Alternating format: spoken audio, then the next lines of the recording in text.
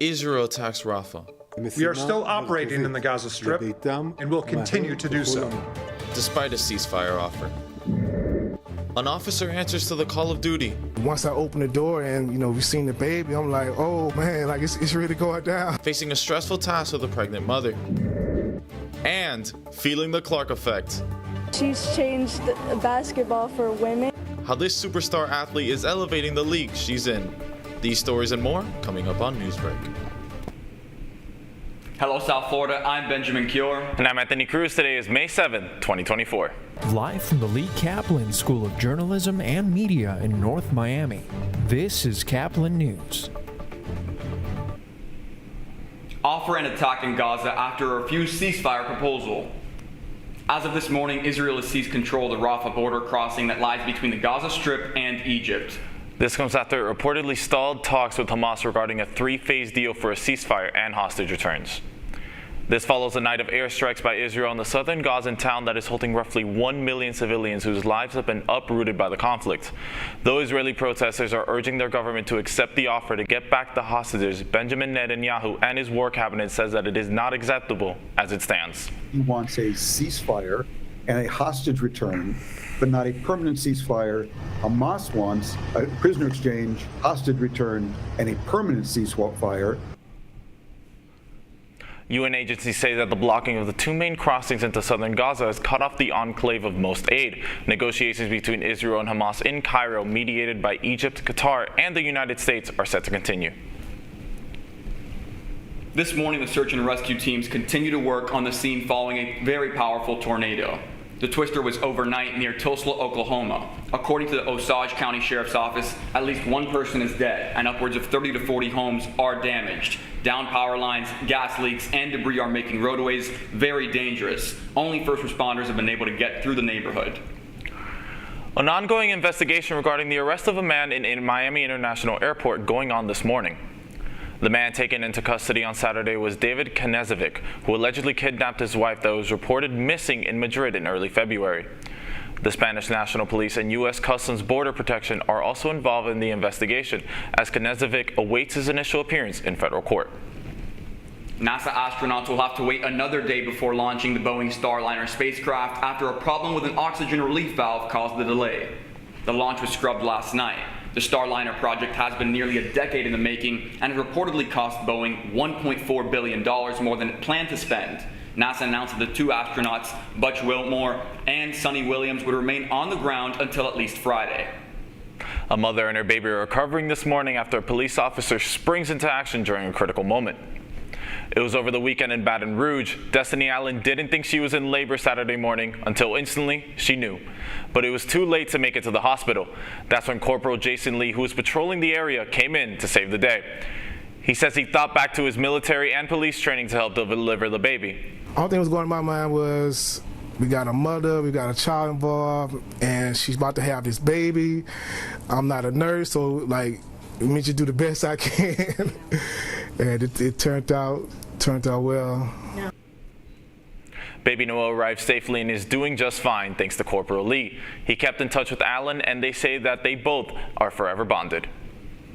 Florida is one of the 5 states where recalled Planters nuts were sold. According to the Food and Drug Administration, Hormel Foods has recalled Planters peanuts and mixed nuts due to a potential contamination with a bacteria that causes listeria.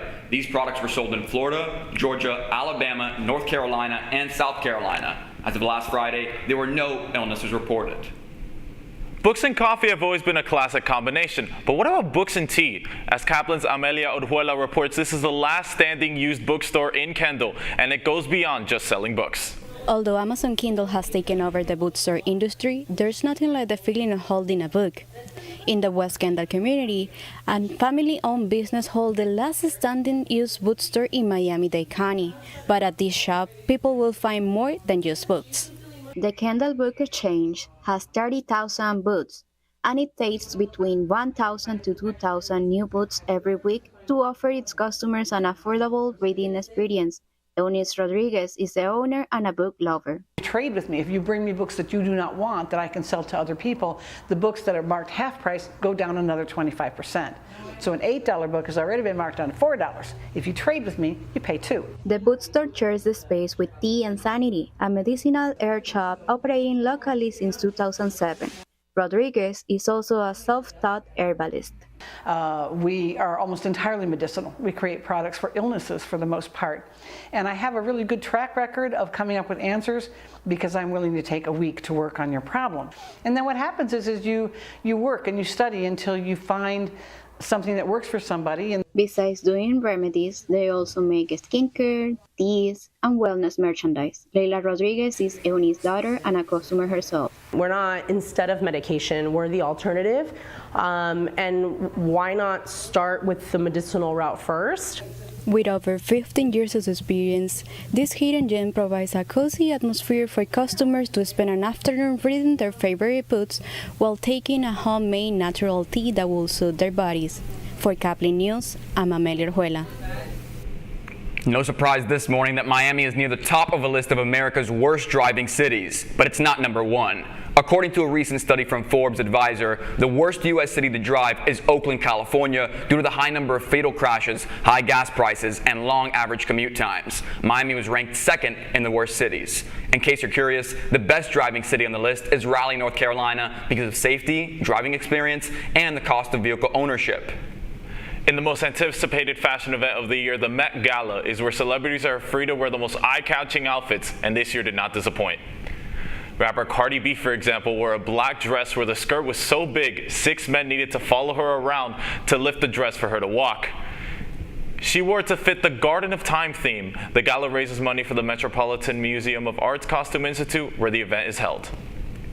While FIU was off for its semester break, some high-powered boats took the water down in the Keys to quench their need for speed. Caplin's Dylan Pizzet reports from Marathon. Most people come to the Florida Keys for a relaxing vacation to soak up the sun or lie on the beach, but this weekend, the soothing sound of waves meeting the shore is replaced by the huge roar of powerboat racing engines.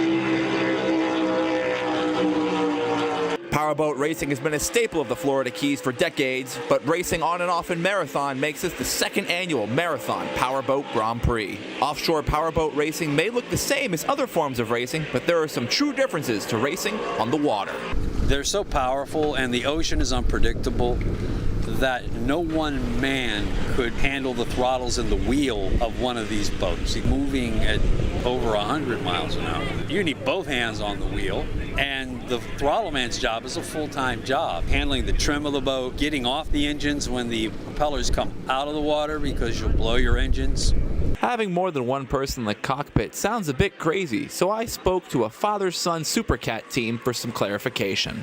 I'm the throttle man, my son's the driver. It's good. Most of the times we argue a little bit, but not too much. You have no choice in a boat like this. No one person could do all this at the same time. It'd be impossible. There's too much. There's boats around you. There's too much going on. The waves, the conditions change from corner to corner. You just never be able to do it with one. He's kind of in control of keeping this boat level and watching the waves in the water, and I'm in control of watching the boats around me and also the waves and talking with them. And there is a little bit of arguing and stuff, but it is extremely fast. I mean, we're entering these corners of 120 mile an hour and getting her slowed down, and it's hooking 100 plus mile an hour through the corner. So there's no. It is tough to do it by yourself. It'd be almost impossible, like you said. That's all the time we have for RWO's second annual Marathon Grand Prix. If you found this interesting, then check Race World Offshore's website to see where they race next. For Caplin News, I am Dylan Pizzet. The Panthers try to shake off the rust after a 6-day break between playoff games. That's still ahead, and so is this story. It's definitely part of a larger trend of women's sports at the college and professional level. Caitlin Clark's WNBA team may not have won their first preseason game, but her appearance is already showing what she could mean for the league's business model. Newsbreak will be back in 2 minutes.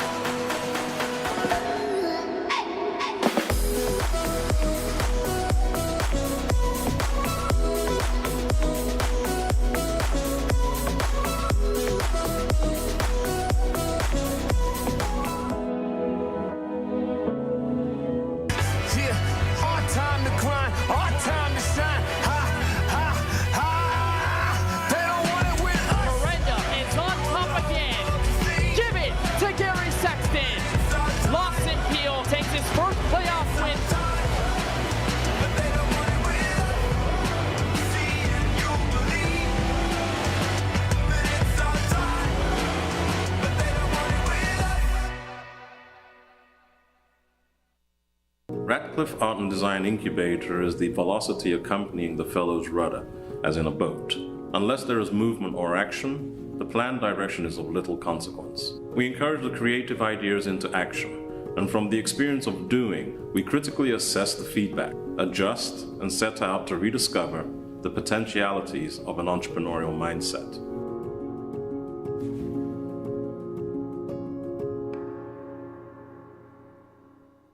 Stand is precise, no margin for error.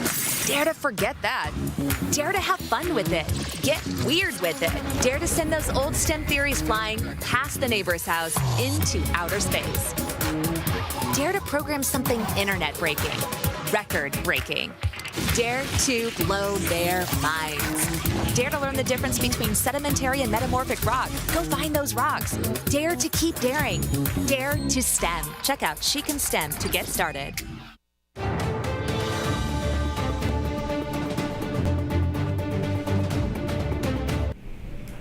After only one game in the WNBA, college standout Caitlin Clark is proving she can make an impact on the league's bottom line. Everybody watches women's sports is not just a slogan now, with Caitlin Clark spearheading the 2024 WNBA draft class that many believe will change the game. Clark made her debut for the Indiana Fever against the Dallas Wings last Friday, scoring 21 points, 16 of which came in the first half. Other prospects like Angel Reese, Camila Cardoso, and Cameron Brink have also gotten their first taste of professional basketball. And one doesn't have to look much further than the skyrocketing ticket sales to understand their impact. It's definitely part of a larger trend of women's sports at the college and professional level finally getting the visibility that they. WNBA sales have spiked 93% on StubHub compared to last year. Fans of the league hope that this added revenue will eventually be parlayed into improvements for players like increased salaries, league expansion, and improved travel conditions. Boston's revenge tour in South Florida continues this morning as the Bruins took down the Panthers in Game 1 of their second-round series. The contest was shaping up to be a grueling defensive matchup in the first quarter, with both teams allowing 0 shots in their first penalty kills. Matthew Tkachuk would break the ice with a goal in the second, but it was downhill for the Cats from there. The Bruins would score 5 unanswered to steal Game 1 on the road. The final score was Bruins 5, Panthers 1. The Cats will look to protect home ice in Game 2 tomorrow night. The Miami Marlins brought the heat to LA as they took on the Dodgers. Both teams started off very hot with a combined 8 runs in the first 2 innings. Shohei Ohtani kept his streak alive, hitting a home run in his 3rd straight game. Dodgers pitcher Walker Buehler also made his return to the mound after a nearly 2-year absence because of Tommy John surgery. In the end, the Dodgers won 6-3. You're watching Newsbreak, and we'll be right back.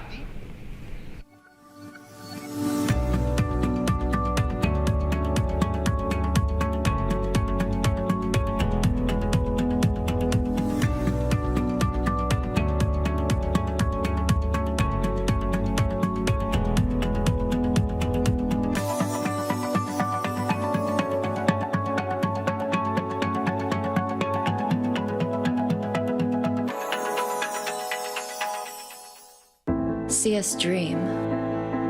See us remember.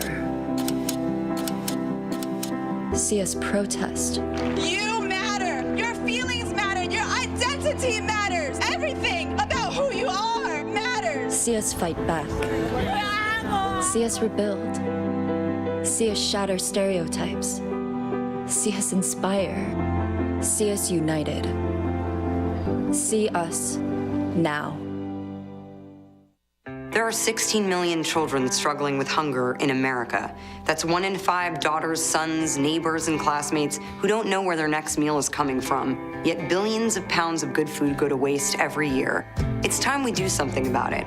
Feeding America is a nationwide network of food banks that helps provide meals to millions of kids and families in need. Visit feedingamerica.org to help them feed even more. Together, we can solve hunger. Together, we're feeding America.